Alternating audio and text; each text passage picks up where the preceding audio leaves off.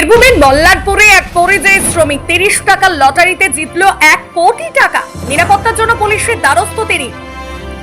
বীরভূমের মল্লারপুরের বাহিনা মোড়ের বাসিন্দা পরিযায়ী শ্রমিক সঞ্জয় কর্মসূত্রে চেন্নাই থাকতেন। গত ৪০ দিন আগে তার গ্রামের বাড়ি থেকে চেন্নাইয়ের উদ্দেশ্যে রওনা দিয়েছিলেন।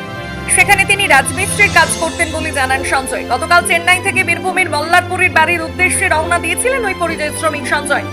গতকাল বাড়ি আসার সময় লোকাল ট্রেন ধরার জন্য সঞ্জয় বোলপুর শান্তিনিকেতন রেল স্টেশনে নেমেছিলেন এবং সেখানে ৩০ টাকার মূল্যের একটি লটারি কেটেছিল বলে জানান সঞ্জয়। তারপর সেখান থেকে বাড়ির উদ্দেশ্যে রওনা দেয় সঞ্জয়। বাড়ি ফিরে টিকিটের ফলাফল মেলাতেই অবাক হয়ে যান তিনি। লটারি প্রথম পুরস্কার ১ কোটি টাকা লাগে তার ৩০ টাকার লটারির টিকিটে। টিকিটের ফলাফল দেখার পর ভয়ে সন্ত্রস্ত হয়ে মল্লারপুর থানার দ্বারস্থ হয়েছেন সঞ্জয়, যাতে তার কাছ থেকে ওই টিকিট কেউ কেড়ে না নেয়। এই টাকা নিয়ে তিনি পরবর্তীতে ঘরবাড়ি করবেন ও জমি জায়গা কিনবেন বলেও জানান। বলছিল থানা কেন আসতো? থানা আসা দাদা ওই টিকিটের জন্য, মানে সেফটির জন্য, কেউ না নেয় এই জন্য।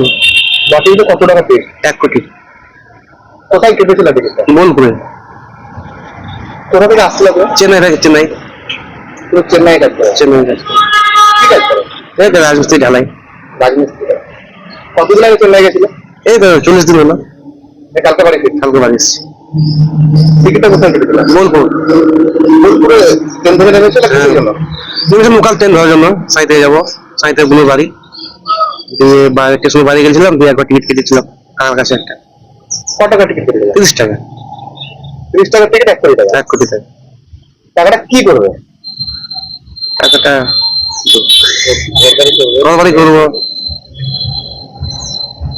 জমি যায় কিনে একটু নেই। কি নাম তোমার? সঞ্জয়। বাড়ি কোথায়? বাইনে। মল্লারপুর বাড়ি।